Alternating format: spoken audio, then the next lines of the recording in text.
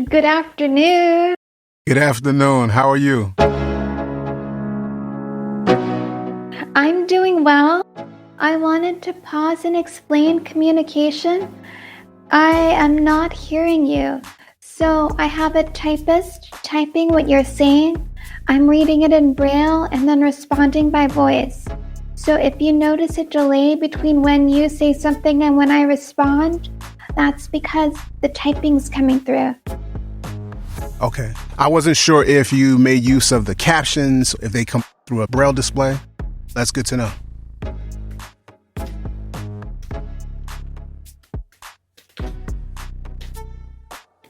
So some podcasters edit out the delays, some keep them in to make it part of the experience. You can choose what works best for you. Excellent. I do a significant amount of editing anyway, just to make it an easy listen for folks. I can always include this as part of how we communicated. I think that's interesting. So are you recording right now? I am. Is it okay if I ask you questions? Absolutely. Excellent. And then one last thing regarding accessibility. It does help if you slow down. Okay. Very good. That would be great because I should slow down anyway. It's that New York thing. Excellent. So let me know if you're ready to start. We can go from there. Go for it. Read. My mind. Read. My mind. Joining me today on the podcast? Well, President Obama named her the White House Champion of Change. She received the Helen Keller Achievement Award, a spot on the Forbes 30 Under 30 list, and Time 100 Talks. She's a disability rights lawyer, speaker, and author, honored by heads of state all around the world. Now, she's with us. Family. Haben Girma. I'm in my 30s. I'm a Black woman of Eritrean and Ethiopian heritage. Long dark hair, hazel eyes. I am deaf-blind and I'm using a Braille computer and keyboard for communication. So what you're seeing is coming up on my Braille computer. I'm reading it and responding by voice. If you're listening to this podcast, I'm pretty sure you heard of Haben. Perhaps you read her memoir. If not, I highly suggest it. The book is titled Haben, The Deaf-Blind Woman Who Conquered Harvard Law. It was featured in the New York Times, Oprah Magazine, and The Today Show. I read my book out loud using Braille to create the audio recording. So I narrated my own book, and I've heard that it can be tricky for a lot of blind people to do that because Braille literacy is still growing, and there's still so many struggles to gain access to Braille. That was a fun and really moving experience to be able to read my own book and have that recorded. I read your book last year. I'm not a proficient Braille reader. I became blind about 19 years ago. I do audio description narration, and so I use my screen reader as sort of a audio teleprompter to do narration, but know of some blind narrators who use their Braille display to do narration. I've also heard of blind authors using their screen readers as prompts. So listening to their screen reader and then voicing in their own voice when doing an audio recording of their own book. Did you listen to the audiobook or another format? Yeah, the audiobook from Audible. Awesome. It's also available via the National Library for the Blind.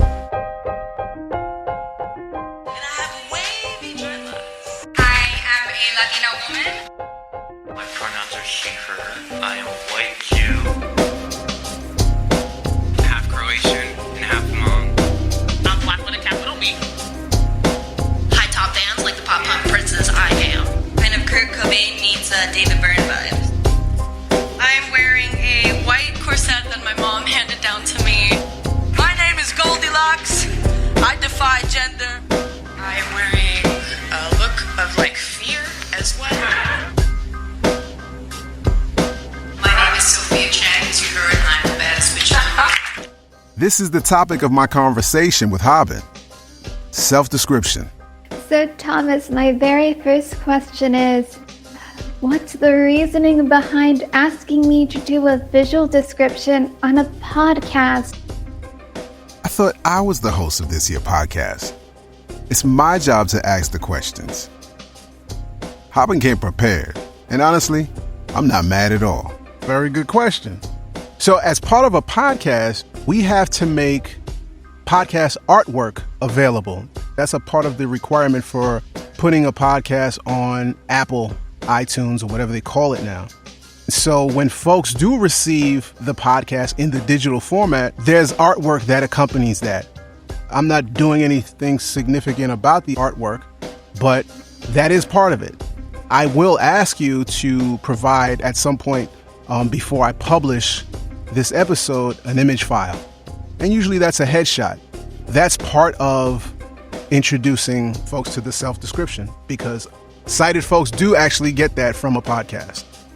The other reason is because it's something that I feel is relevant to a conversation is the identity of a person. Rather than me kind of noting someone's identity, I like to ask people to share whatever identities they want to share about themselves, and that's part of the self-description.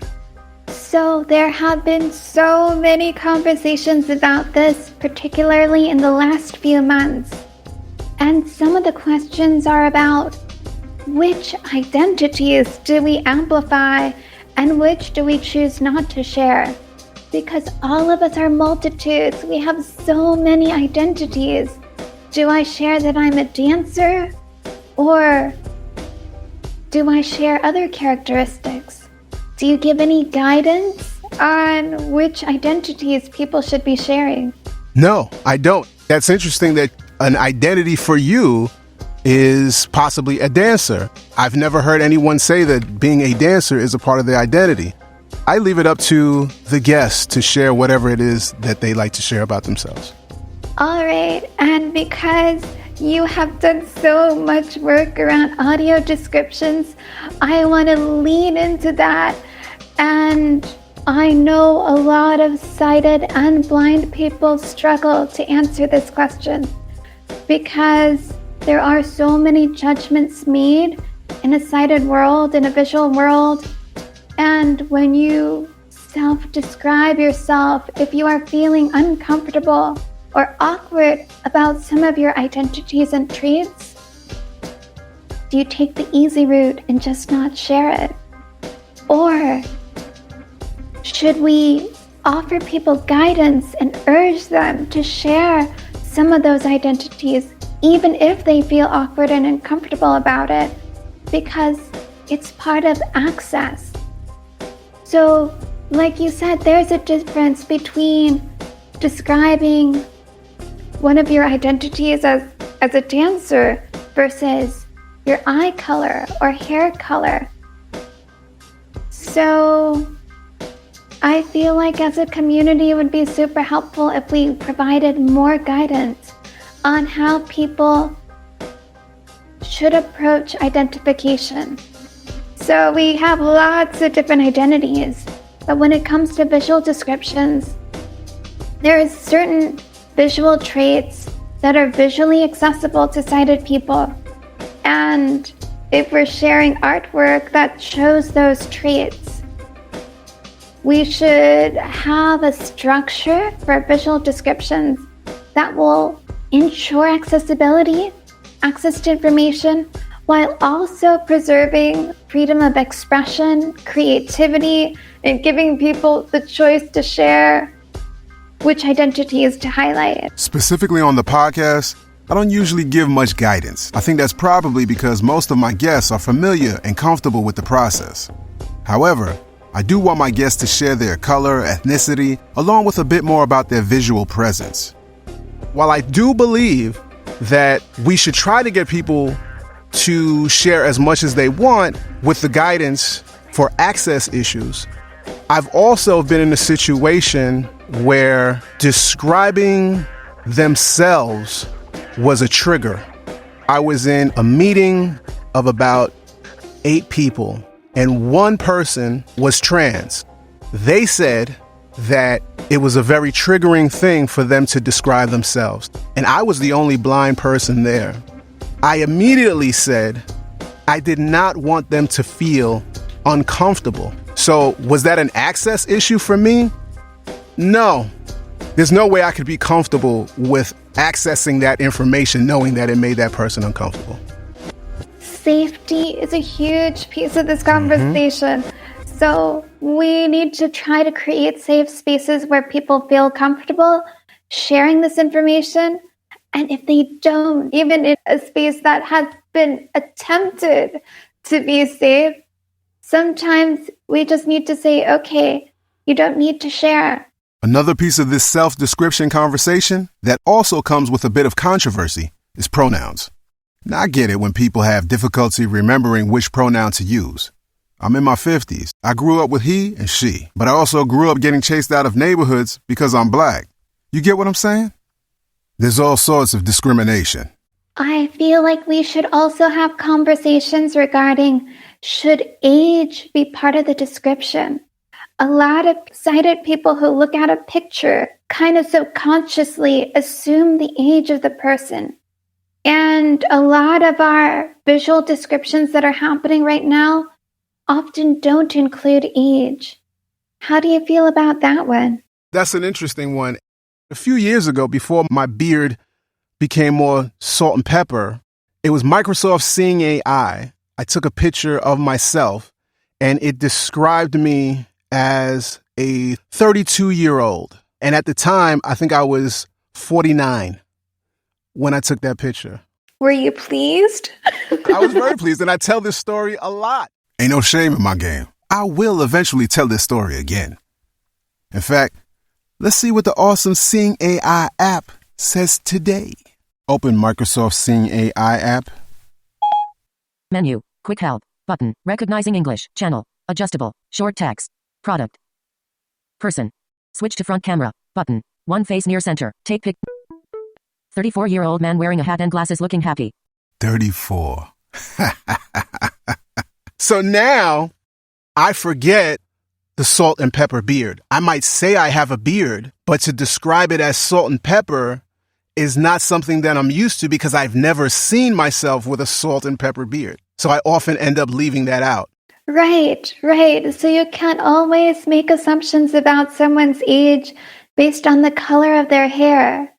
So one could go all the way and just say, I am insert number years old. And then there's the question of, is that too much information? Should you just share what is visually accessible? And someone could be older but actually look younger. Or they might be younger but actually look older. So do we provide facts or just visual access? And if we want to try to remove harmful assumptions, maybe providing facts and stating the exact age, how you identify would be more helpful rather than leaving room for assumptions. Yeah, but then there are so many other things, right? So especially if we think about the corporate world, revealing your age could really impact your position. Right, because there's lots of age discrimination. We could also go back to all the other traits and say, there is sexism, there is racism and ableism. I think it should be left up to the individual to share the things that are visible that they feel comfortable revealing. I think that's a start to a guideline for me. I agree. That's a great starting point. Over the last year or so, there have been lots of discussions about visual descriptions. And one of the biggest complaints is that a lot of them are poor quality because people are struggling to figure out what do they describe, and they're feeling anxiety and stress over what do I describe, how much to describe. So telling people, share what you're comfortable with is a starting point. But At this point, a year in, many years in, for others who've been in this conversation for much longer, I think it's time to have a more detailed guidance. How much to share, what to share, how do we best model visual accessibility while being aware of racism, sexism, ableism, ageism, and the other forms of oppression. No one is saying this has to be a mandatory function at every gathering. Guidelines, quite honestly, just help make it a smoother process. So that people who are new get a sense of what to do, and people who have been in this a while can fine-tune and improve their image descriptions. Guidelines would help people be more succinct in their descriptions. If we could give guidelines to limit it to 1 or 2 sentences, for example, that would help people keep it short. So many of the complaints about self-descriptions are due to the fact that a lot of people are struggling and don't know what to share and what not to share. Guidelines would help with that. In my opinion, those are constructive complaints. When I hear someone say, well, it takes too long, I infer that means it would be cool if it were quicker. But not everyone is constructive. What about the idea that what someone looks like or what someone is wearing has no importance? How would you respond to that? Then turn off the video. Turn the lights off if it really doesn't matter. I like that. Very succinct. You're welcome. I've heard folks say that it's a performative act. It does nothing to enhance the access for blind people. There are different degrees of performance. If you are going on stage to do a presentation, you are performing. So to an extent, we have to accept that self-description is a performance. If you turn on your camera, you are performing. So we need to accept that part. The response, as an earlier response, give guidelines so people can do better. There are already so many blind people who have said they appreciate visual descriptions. There are people with other disabilities who are sighted and also appreciate visual descriptions. And there are people who identify as non-disabled who also appreciate self-descriptions because it helps with so many unconscious biases when people are open about self-describing. I wrote an article for the Disability Visibility Project on this subject earlier this year titled, Making a Case for Self-Descriptions. It's not about eye candy. I'll link to the article on this episode's blog post. And shout out to Alice Wong. By the way, if you haven't read her latest book, Year of the Tiger, what's wrong with your life? Maybe find a gentler way of saying that. Did y'all hear that? That's my wife's voice I hear in my head every now and then when I want to make a point. Okay, maybe that was too rough. I just want us all to support her work. It's a really good book, and the audiobook narrator is on point. The article is framed as a response to a piece written in the NFB's Braille Monitor. I counter the so-called argument made by the author. Honestly, most of it gave me the impression that he was trying to do a bit of crude stand-up. But the main point I think I always come back to on this subject, my problem with the folks who are calling to abandon this process is sort of tied to what you just said, that there are a lot of people who already recognize it as access. And if it's access for one group, why should any part of the group try to take that away? Why isn't the conversation around improving it? And so, in addition to the guidelines, how can we go about improving this process? We could improve it by tapping into voices, listening to voices of people from underrepresented communities, because I'm worried about people of privilege deciding that there's no value in self-descriptions and deciding to take it away. At the time of my conversation with Haben, I was unaware that some members of the NFB were proposing a resolution to discourage the practice of self-description. But thankfully, members of the NFB Many members of color, I believe, advocated to remove that resolution that would have discouraged it. So I'm deeply fascinated with guidelines for visual descriptions. I haven't found a good one online yet.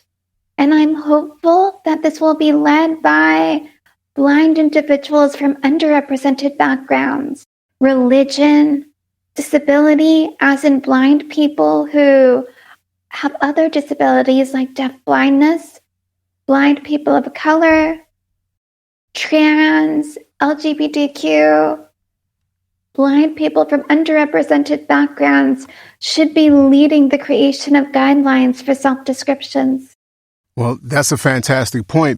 It feels as though the negative response, the call to abandon self-descriptions, that comes mainly from folks who are not of color. I have had similar thoughts, and I feel like it's people who have a lot of privilege and are concerned they may lose their privilege, lose keys to the normal cool club if they speak up about issues that certain communities find controversial, like race and other things that should not be controversial. Losing the keys. What does that look like in the real world? What does someone actually put at risk by having these conversations? So Vice President Harris said, I am Kamala Harris. My pronouns are she and her. I am a woman sitting at the table wearing a blue suit. And a lot of people had so many ridiculous responses to that because they felt like it's so obvious, don't talk about it.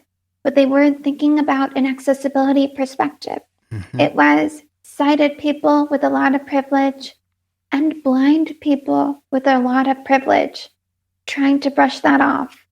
Then we get to a situation where, let's say, a white person says that they're white. A lot of people who carry privilege will feel uncomfortable with that. And a blind person who's white and at a conference does an image description and says they're white, they might feel like they're putting themselves at risk of being ridiculed and no longer being cool, or risk of losing respect if they say something that a lot of people carrying privilege feel like is so obvious it should not be discussed, it's not relevant. Okay, I get that. It's hard for me to grasp it from the perspective of that individual who feels that way. Because all of these things are visual. Right, they're visual. But when you voice them, you call attention to them.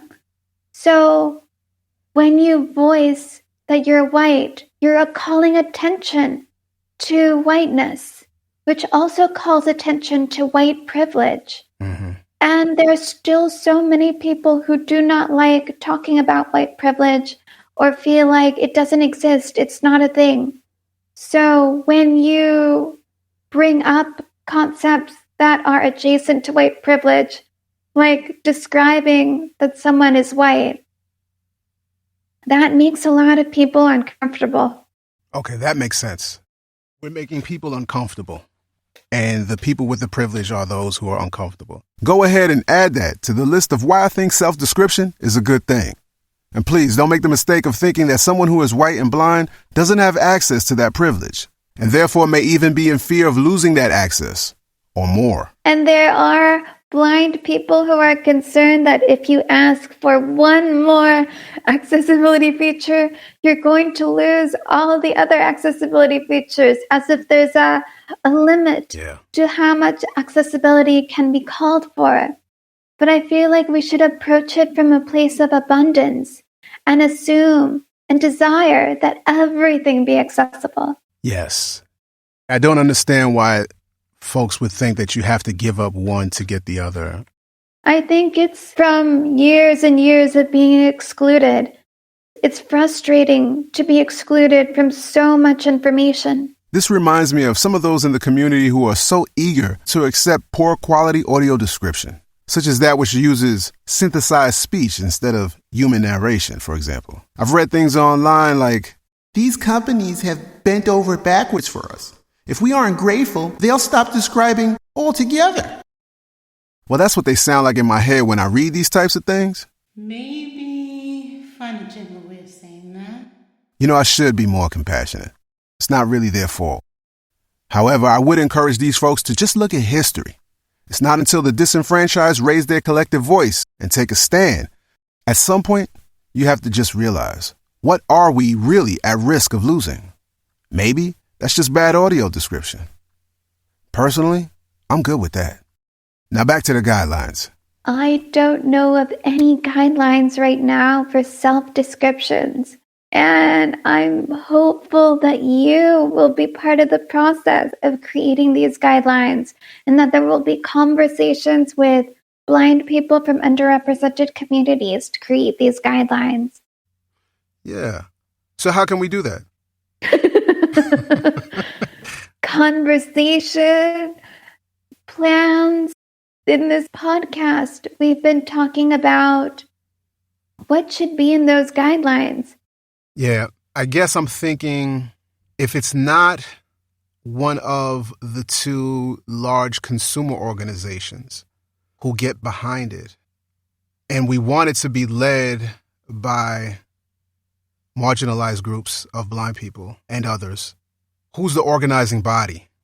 We can change the structure. We don't necessarily need an organizing body to lead the way. We can have individuals leading the way. Now, you know I'm in there, but if I weren't, she would have had me at, we can change the structure. I believe both consumer organizations are extremely useful and important to the community.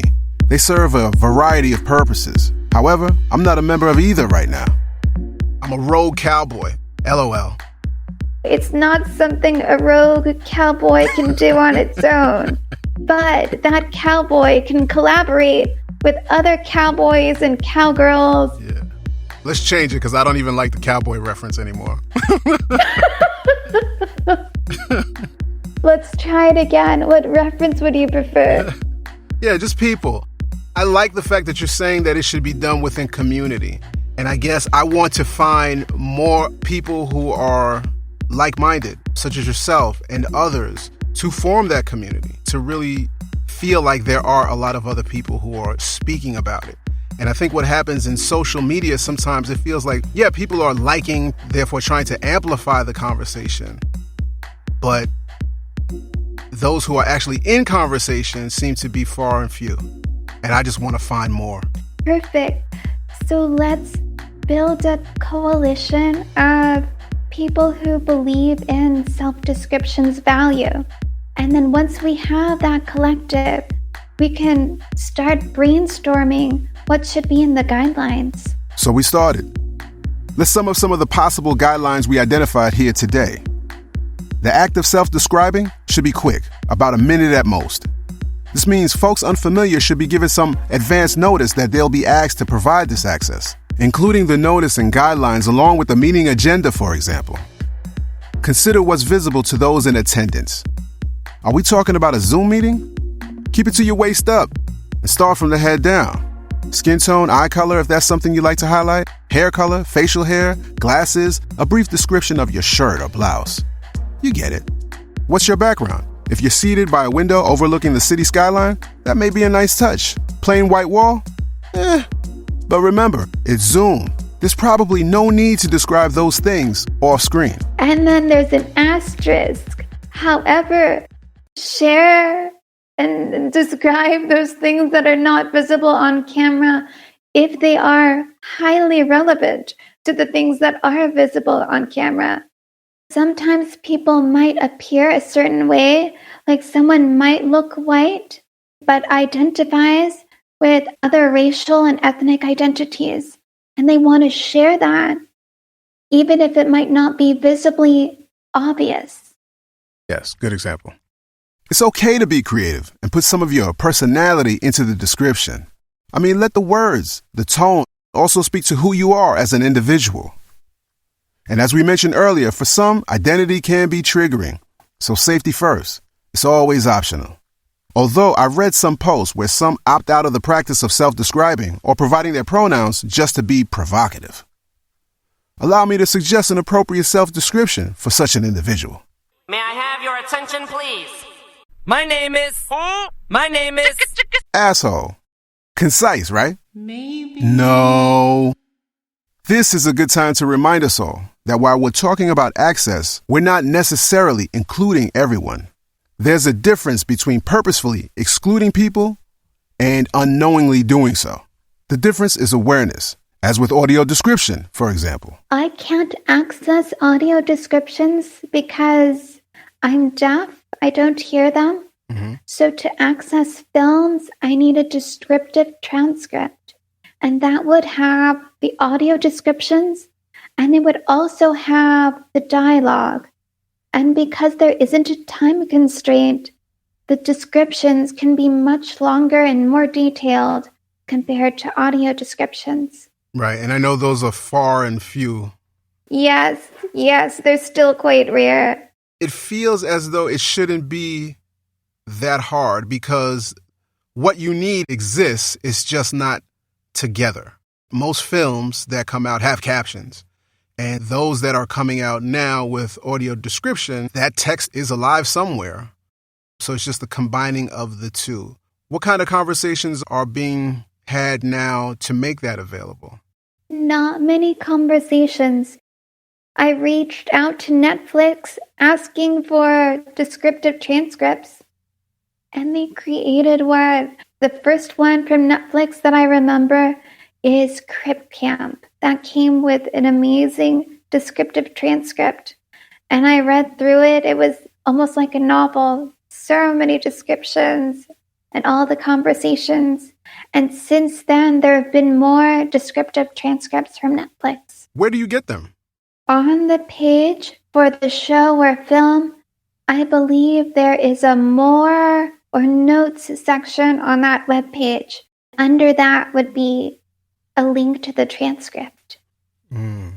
So does one need to subscribe to Netflix in order to gain access to that? Yes. So it's not a lot of content. So you're paying the same price, but have access to way less content. That is the frustration of not having enough descriptive transcripts, and I'm hopeful there will be more and that other media companies will also create more. Wow. So right now it's only Netflix that gives you access to that.